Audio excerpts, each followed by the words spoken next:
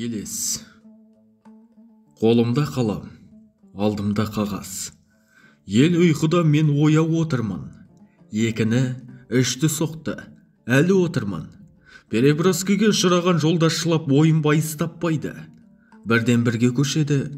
Ол маған жот емес, жарылып кетсем де бір күні мақала жазуым керек.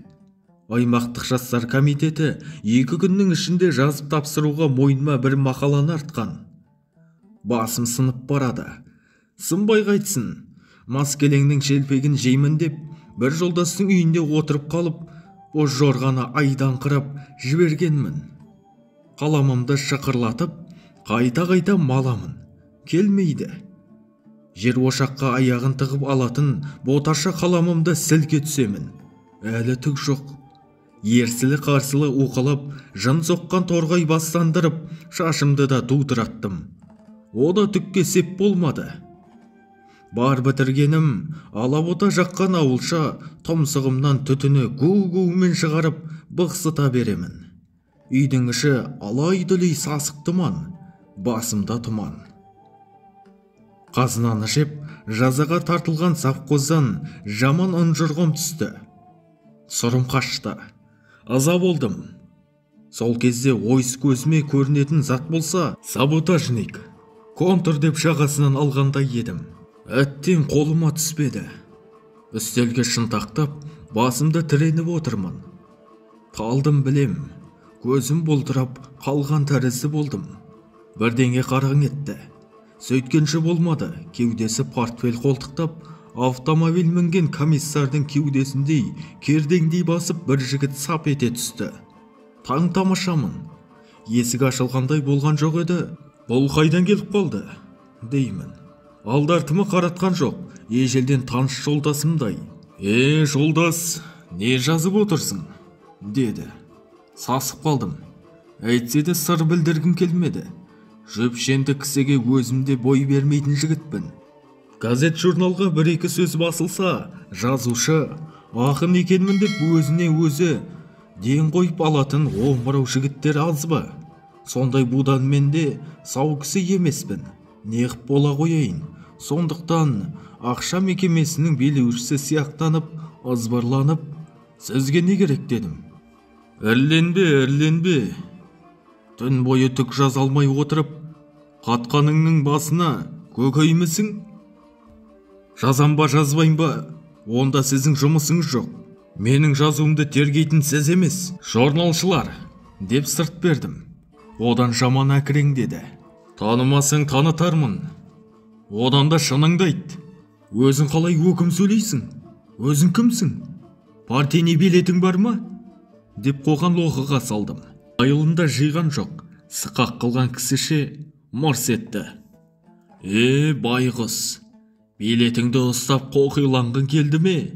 Сонша қоқиланғандай қанша білімің бар? Қандай тұтынған жолың бар?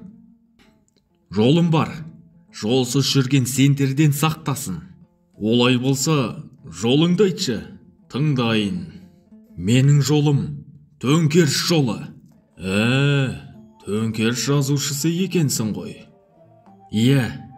Менің де көп қарастырып жүрген мәселем осы еді. Төңкеріс ақынын жолықтыра алмай жүредім. Жақсы келдің ғой. Олай болса әңгімелесейік, пікір алсайық. Әлде бір-бірімізден пайдаланып қалармыз, деді. Құлағыма жағып кетті.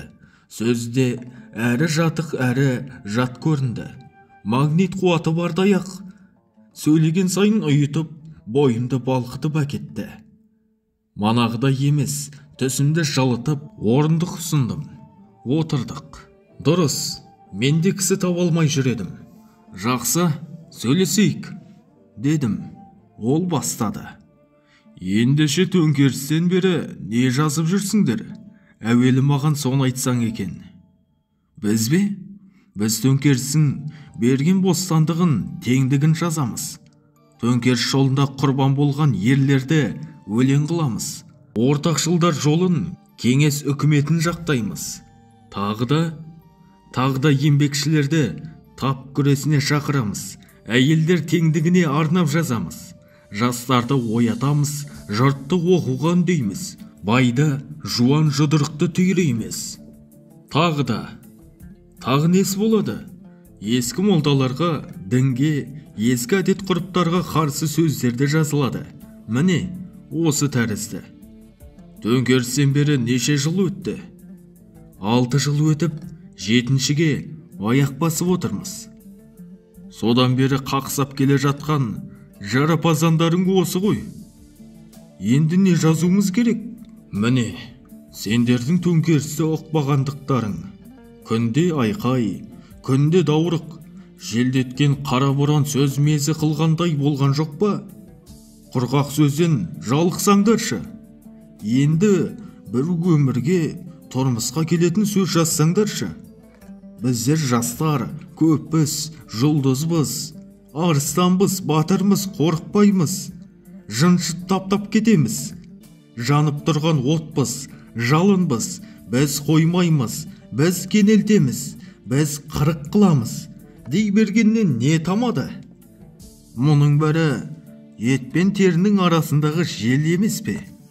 Төңкерісті жазғанда осылай жазама екен. Осыдан бөтен жазатындарың бар ма? Неге болмасын? Әркім әртүрлі жазады. Деуім мұң-ақ екен, бастырмалатып соға жөнелді. Басқа әдебиетшілердің сөзін көрмей жүрмін бе? Кімді айтасың? Олар не жазып жүр? Біреу Асан Қайғы, Шортанбай болып қазақтың ертегідей өткен күнін жырлап, зар замандатып жүр. Өткенді қайтару, өлгенді тірілту кімнің қолынан келмекші? Тарих өзенің кейін ағызатын қандай әулие? Қай құдай? Ол күннен түңіліп, өткенді көксеп, мәдениеттен қашырған қандай шыққан пайғамбар? Қазақтың қай досы? Біреуің жаңашыл болғанның жөні осы деп ескі әдебиетті отқа өртеп, енеден данышпан, енеден еңбекшіл болып туған кім бар еді? Кемшін туған қандай ұл? Ескі әдебиет, ескі мәдениет байдікі, патшаныкі екен, оларды жоялық. Берші, кәне жаңа әдебиетіңді, жаңа өнегеңді. Осыны айтатын ақындар кімнің әдебиетінен суғарылып, жаңашыл бола қалды екен? Алдында әлеумет ғылымын, тұрмыс жүйесін, табиғат заңдарын, жануарлар жарылысын зерттеген бай мәдениетінің ғылымдары болмаса Маркс шығармас па еді? Марксіз Ленин туар ма еді? Жаңағы ескі сабақ, ескі баспалдақ емес пе? Біреуің қызбен жүргеніңді, көлет салғаныңды, мақыныңнан ұстағаныңды жазып жүрсің. Енді біріңне анда, не мұнда жоқ, қояннан көз жазып қалған таздай арсалаңдап жүрсің. Тағы біреуің көрінгенге, жалбақ шеше көрінгелі, түлкіше құйрығыңды бұлдаңдатып жүрсің. Енді біріңнің орысты қазаққа, қазақты орысқа шағыстырып сенімен алмақ, ақын аталмақ ойың бар.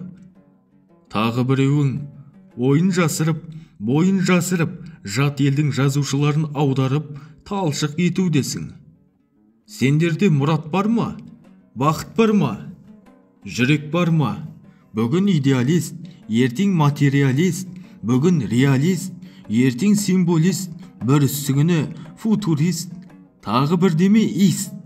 Әйтпесе әрқайсынан бір шөкім, ақындықты, жазушылықты сауысқанға айырбастап, неден мұнша адасасыңдар? Күндік күніңе, өшті қастық кегіңе, әлде күншілдігіңе бола елдің айнасы, әдебиетті ұрыс керіске, боғауызға айналдырдыңдар. Келешектен ұялсаңдаршы. Күйіп кеттім ғой, шыдай алмадым ғой. Айтпайын десем де қоймадыңдар ғой. Төге асып туған мұндарлар, деп тұра жөнелді. Тоқтаңыз жолдас, қайрылыңыз. Не қыл дейсіз? Айтқаныңызды істейік, жазбайық деп жүргенім жоқ. Қол тимейді, күнде қызмет, мәжіліс, дәріс, театр, суретке түсу, қызбен жүру, тағы анау-мынаудан мұршамыз келмейді. Артына қасқырша қарап тұрды да қайта оралды. Тағы сөйледі. Мен аузымды ашып, көзімді жұмып, тыңдадым да отырдым. Ол айта берді. Жазушы кім? Ақын кім білесің бе?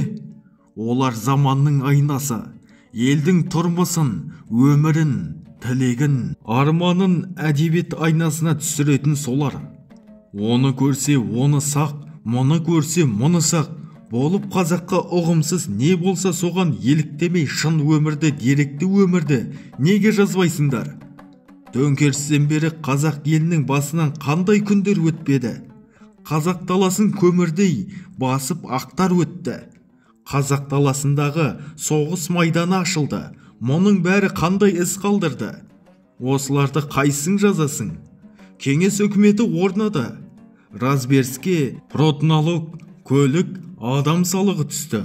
Елді милиция, агент, инструктор, отряд қаптады. Еліне күйге түсті. Әуелгі кезде партияға тонын айналдырып талайлар кірді. Олар түрлі қызметпен, сайлау жұмысымен ел аралады. Сауатсыздықты жоятын дүмше мұғалімдер тарады. Олар елге не пайда, не зиянын келтірді. Қазақ жұртқа ашаршылыққа ұшырады. Оның ауыртпалығы, шығыны, қайғысы, зардап қандайлық болды? Төңкерістің жақсы жақтары еңбекшілер қожалығы, сот, оқу, мектеп, әйел теңдігі, жер алу, қала салу, кедей баласы оқуға ұмтылу, жұмысшылар, ортақшылар, жастар ұйымдары, жетімханалар ашылуы, олардың ісі міне. Осыларды келістіріп суреттеген жазушылар бар ма? Қазақстан төңкерісі үшін алысқан, жан қиған ерлер болды ма? Болса олардың өмірі немен өтті? Төңкеріс жағына шыққан азаматтардың кімі не істеді? Ортақшылдар мен боямалар айырмасын неден көрінді? Ұлтшылдар, ортақшылардың кесірі қандай болды? Бұларды қозғаған жазушы болды ма? Бүгін шен құмарлық, кеңесшілдік, ата ру намысы, губерния намысы, орынға таласу, таптасу, жіктесу қандай күйде? Кім не үшін күресіп жүр? Оларды жазуға тісі батқан жазушы шықты ма? Осылардың әрбіреуі әңгіме, бір роман болуға жарай ма? Төңкеріс жазушысы, төңкеріс ақыны болсаңдар, осыны неге жазбайсыңдар? Төңкерістің мақсатын түгел жазбаған соң, жазушымын деп не керек? Осынша соны, осынша бай әңгімелер жатқанда, сөз таба алмай сандалып, қара боранға, зар заманға, асық жарға, қайра зарға салынатын не бар? Қандай уақ нәрлерден құралып, төңкеріс жемісі көрінбей ме? Өткен жаз бір кедей шәкірт елге барып, өзіндей 20 кедей баласын әкеліп, оқуға түсіріп отыр. Бұл теңдікті кедей баласы қашан алып еді? Әне, сенің өз еліңде пароходқа жүк көтеріп, жер астында көмір қазып жүрген талай жазушылар ес-полком болып отырғанын көрмейсің бе? Мелшиіп не дерінді білмедім. Тесірей қарап, тепсініп, жазасың ба?